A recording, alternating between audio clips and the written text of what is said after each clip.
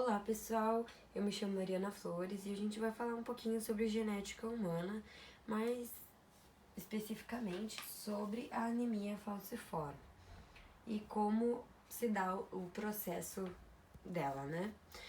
Antes de tudo, a gente precisa entender alguns conceitos, né? Que são eles, então, hemoglobina, hemácia, códon, aminoácidos e as bases nitrogenadas. As bases nitrogenadas são essas 5 aqui.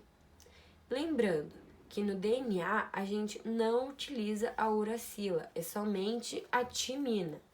Ou seja, fica adenina, timina, guanina e citosina.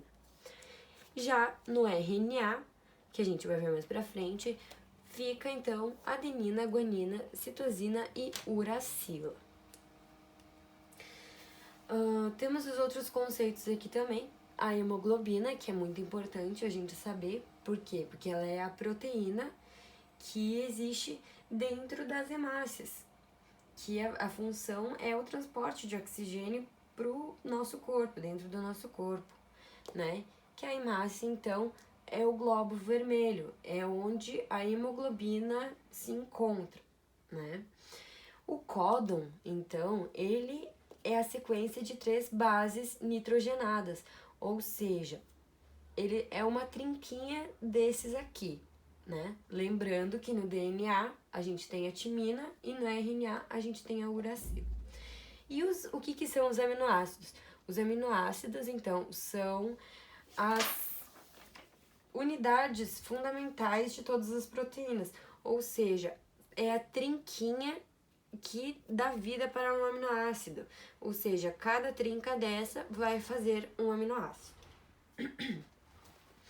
Então, para a gente entender como se dá o processo, né, de uma formação de proteína, de uma síntese de proteína, a gente tem que ter em mente 2 processos, o de transcrição e o de tradução. O de transcrição, que é o primeiro processo, é quando o DNA manda a informação para o RNA. Ou seja, ele passa exatamente igual o que ele tem, a formação que ele tem, a informação genética que ele tem. No entanto, a gente tem que lembrar da troca de timina e uracila, pois no RNA não temos timina e no DNA não temos uracila. A tradução, então, ela pega essa informação da transcrição, né? Ele, como está escrito aqui, pega a informação do DNA que foi transcrita para o RNA mensageiro e assim ele traduz a formação para uma proteína. Vendo isso mais esquematizadamente, a gente tem aqui então o nosso ácido glutâmico, que seria desta forma aqui, né? Então nós temos uma guanina, uma adenina e uma guanina. Essa é a primeira fita molde do DNA e essa é a segunda fita. Então, fica com as combinações, né? Guanina com citosina, adenina com timina e guanina com citosina. A partir disso, a gente faz a transcrição do DNA para o RNA. Então, sempre combinando, né? Então, a gente vê, citosina fica guanina, timina fica adenina e citosina, guanina. Tudo certo por aí.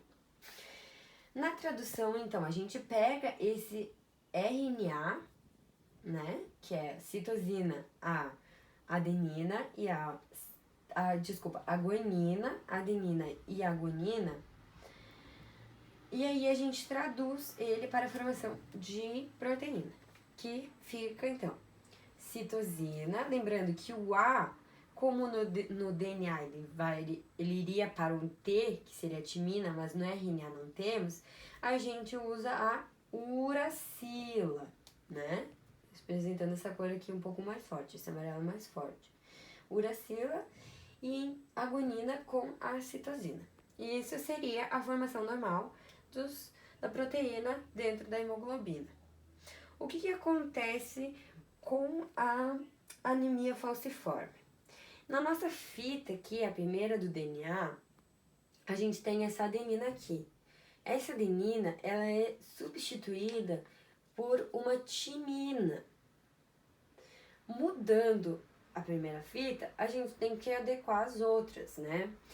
O que acontece? Se nós temos uma timina aqui, temos que colocar uma adenina aqui. E aqui, então, transcrevendo para o RNA, a gente tem a citosina que vai para a guanina, a adenina, então, que como no RNA não temos timina, a gente coloca a uracila. Tá vendo que mudou já aqui, né? E citosina com guanina. Então, a gente vai mudar aqui também, né? Que é a nossa fita aqui. Então, guanina, uracila e guanina. O que acontece? Vai ficar citosina. Aqui, como nós temos uma uracila, a gente tem que botar uma adenina. Citosina, guanina e citosina. Aqui, então, a gente forma outro aminoácido, né? Forma o aminoácido valina. E é por essa mudança que se dá no aminoácido que a proteína dentro da nossa hemoglobina, ela modifica a forma. Porque a nossa hemoglobina, com a proteína do ácido glutâmico, ela é uma proteína mais achatada, redonda, né? E com essa mudança de ácido glutâmico para valina, a gente encontra então a proteína em forma de foice. E ela estando em forma de foice, ela acarreta muito para a saúde da pessoa que recebe essas informações geneticamente. Lembrando que é uma condição hereditária, né? Então, o que acontece? A pessoa vai ter dificuldade de transportar o sangue e o oxigênio, fazendo com que o sangue não flua livremente como deveria ser, causando inchaço, causando dor, né? Causando problemas de circulação. Enfim, em alguns casos também até a morte, né? Porque ela tranca. Pelo formato dela, ela não flui direito. Então, pessoal, é isso aí. É assim que, bem rapidamente, né, explicando aqui, mais ou menos como se forma. Claro que tem alguns conceitos que a gente precisa explorar mais, se ater mais também. Mas é só um resumo, né, para que a gente entenda também um pouco desse processo de transcrição e o nosso processo de tradução, né? Então é isso aí. Obrigada e boa noite.